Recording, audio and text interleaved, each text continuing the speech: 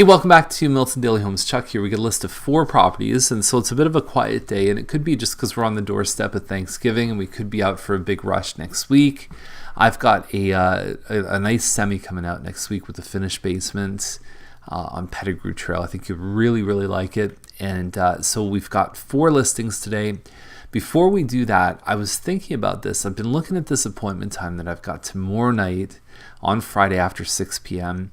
And I thought it would be great to have somebody come in to the office and meet with us and talk about their plans.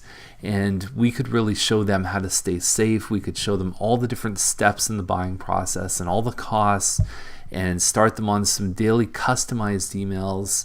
And so if you're that person that wants to come in tomorrow night, anytime after about 5 or 6, to really talk about buying a home, and you want to do it before the end of the year, then we've got that open. So just send me an email or give me a call if you'd like to take us up on that.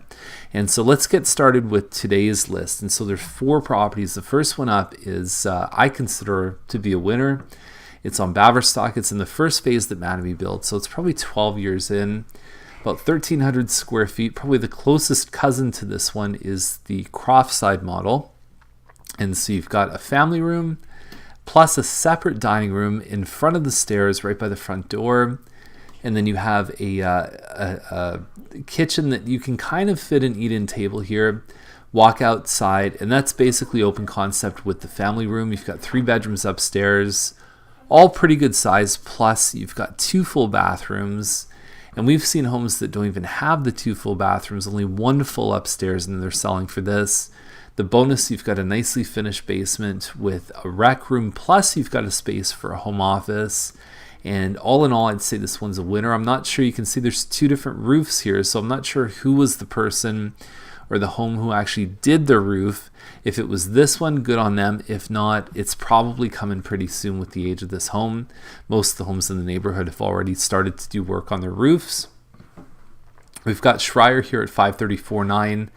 It's a planned 3 corner, which funny enough is bigger than the planned 5 corner. Usually as the numbers go up, the size does too. You've got a bit of a wraparound balcony on here. You've got 2 separate living areas. Stuff on top of your cabinets never looks good. You've got stainless steel appliances. You've got a little bit of a pantry here. The home looks like there's a lot of stuff in it. And again, some of that is the things up there. It seems like pretty good value. There's a model called a Quincy Corner, which is about 100 square feet smaller. And the Quincy's typically sell around the 520 to 530 range. So at 534, I don't think they're that far off. It is a 3-bedroom here too. We've got this one on Holly. And if you've watched the one on Vanier, it's been about 425. And so this is a similar model to that one. So it's a lot more upgraded. And so a buyer's really going to come in here and say, should I pay them 100 or maybe a little bit more for all their upgrades that they've done? The kitchen looks good. You can see there's been a lot of work done. The fireplace, flooring upstairs, bathroom, basement. I mean, they pretty much ripped this whole thing apart and started anew. You've got a sauna, and you've got what looks like an on-ground pool, which is where half of it's dug down. It's not in-ground, it's not above ground, although there is a chance it could be above ground. I like the angle on here. I like the lights and the way they presented it, 2-car wide in the driveway. It's just a question of, are the upgrades in a buyer's eyes worth 6 figures, basically? And then you've got this one on Rule here. It's a planned 7. It's about 2,400 square feet, all siding on the outside. And I find it's very segmented. This is the part I don't like about this home. Kitchen is just over to the left. You've got a dining room plus a living room plus a family. There's walls here, walls there. I find that even this shot here, people don't want their kitchen sort of enclosed in a bird cage. And that's, for some people, the feedback I've gotten about this model.